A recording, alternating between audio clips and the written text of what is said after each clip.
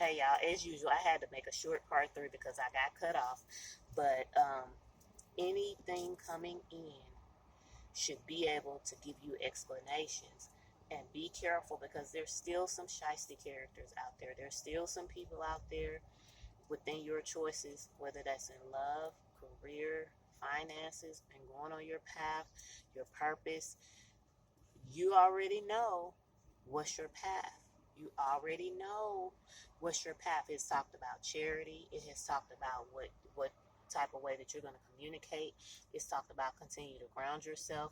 It's talking about your lower chakras from the solar plexus all the way down to root chakra, which means a lot of grounding, a lot of who you are, your energy, your power, your will, and how you get that connected through the divine. Do not allow anything to come in that's going to break your connection with the divine. If it's going to take up too much of your time where you're not going to be able to be connected to the divine, then you have to look at that. You have to look at that. That's person, place, thing, or organization. I don't care what it is or whom it is. Look at that. We're going to dig just a little bit deeper just because that's the way I am. Charge yourself. You are a battery pack. You already are the gas, the fuel, and the insulin. You have that charge already, and you have to be careful. If you already have the charge, then people will want to come around and connect to you to be fueled up. But you got to keep yourself charged up enough.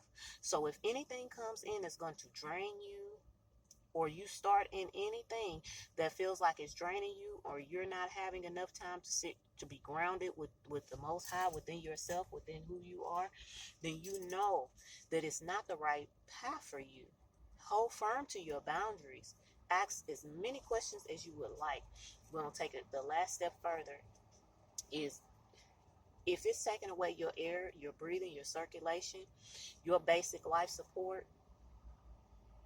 If you don't have your basic life supports, and that ties into the root chakra with basic needs, if you get to the point, and your basic needs, if you're a spiritual person, should be your spiritual enlightenment, your spiritual practice. If you no longer have time for that, or if you feel like you cannot fit that in daily, and however many times a day that you want to do that, then you already know that whatever has come in is not for you. It's not for you. Let's take it the next step. You have a pure heart for writing or speaking.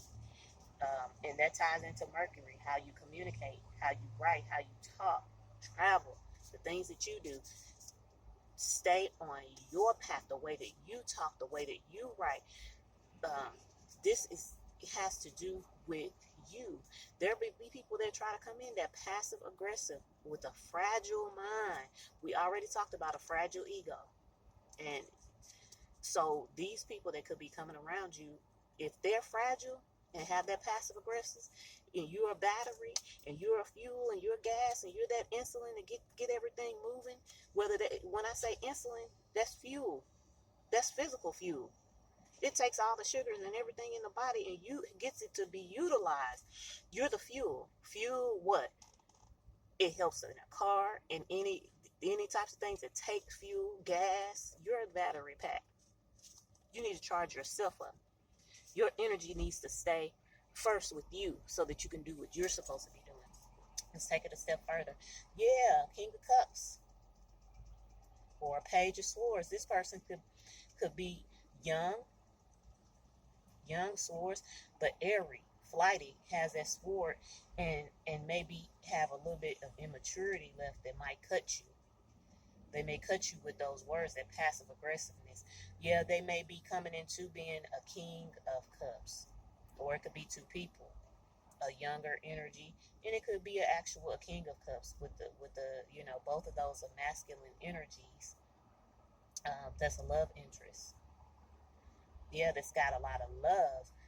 But what did we say about love? Love is great, but you need grounding. Um, and I don't see any grounding in either one of those energies. The King of Cups is good. He can be good in the upright, and it is in the upright. So there is love there, but right there with those swords behind it, there's some immaturity there. There's somebody that talks, that thinks, that does everything with their thoughts and their mind, just their mind only. Yeah, and some love, but you have to have some grounding, some pinnacles, some hard work. Um, Oracle said, I want to put in hard work for you. So you got to think about that. That's where they're asking a lot of questions. Um, Asking a lot of questions. Middle of the month to the end of the month. That's the little extra tidbit. Um, the first week of the month. So that's so funny that happened. So October, November, December. Don't know which month that could be, but it's looking like the middle of the month is going to be the most prominent. Middle of the month to the end of the month. But you might start seeing some changes or certain things, smaller things coming in at the beginning of the month, whether that be October, November, or December. Just remember that the biggest deal of it is going to be the mid to the end of the month. So we had a short-haired woman as overall energy, a long-haired man, okay, a short-haired feminine energy, a long-haired masculine energy, okay, now, or a short-haired masculine energy. And I'm going to take it even a little further. I looked under that last portion of the deck. When I see the masculine energy, long-haired or short-haired, I'm thinking that really wanted to say a medium length. And underneath there was braids, locks, or cornrows. So that's a description, that describes like who's in your energy, what's going on, okay? Um, the moon, might be some things that's hidden, unconscious, sensitive, inner emotions and responses. So there are going to be people that could be coming in, and you're really going to have to ask questions because there could be a lot of things that's covered up, that's not shown and not visible. Neptune, your fantasies, yearnings, longings, potential for illusions. Okay, so that's a double dose of there could be some lies, and even if it's not lies, it's things are just omitted. That's what we say when we're writing documentation, whether that be anytime you go to the court of law. They don't say that, oh, it was an outright lie. It might have not been a lie. It was something that was omitted. It was information that was not put into written form that happened, but it's not written down, so nobody knows it. So that's where you have to.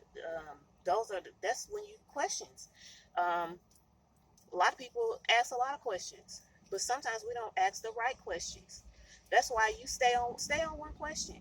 But when you know that you got to start asking some questions, you better get you a little tablet out. You better get you a little piece of paper out and write down some questions. And look at the questions that you wrote down and see if you had to answer those questions. This is how it's going to help you. If you had to answer the questions that you wrote down, say 5 questions that you write down, that you had to answer yourself, and you answered those things, if there would be any way that you answering them straight and plain, that there's misinformation in between the lines, make up more questions so that you can ask the original 5, and then ask some more, and ask yourself that, and see if there's any pitfalls in between that you might need to come up with even more questions, clarifying questions, deepening questions. If a person can't get deep with you, then you know that they're not on your path, because your path is deep. It's that chosen one.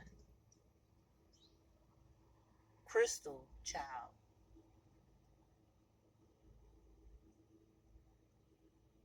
So knowing that you do have a pure heart, and that you're the battery and you're the fuel, you have got to ask all the questions that you want to ask, because you're going to have a lot of options coming in, a lot of options in every area. It looks like we've seen love in this reading, finances in this reading, organizations in this reading, even some passion, different things like that going on, like deep passion. Could be love, could be career, could be finances, could be anything. But you're going to have so many choices coming in starting by the first week of the month. But the main time that you're going to be making a lot of these decisions was like the middle of the month, towards the end of the month. But they're going to start trickling in from the first part of the month. So be aware, be alert, be on guard, and just know that you are chosen. You have a path, you have a purpose. God has you on it. And don't forget that purpose. And stay grounded, stay in your personal will, and know that the angels, your holy ancestors, divine ancestors, and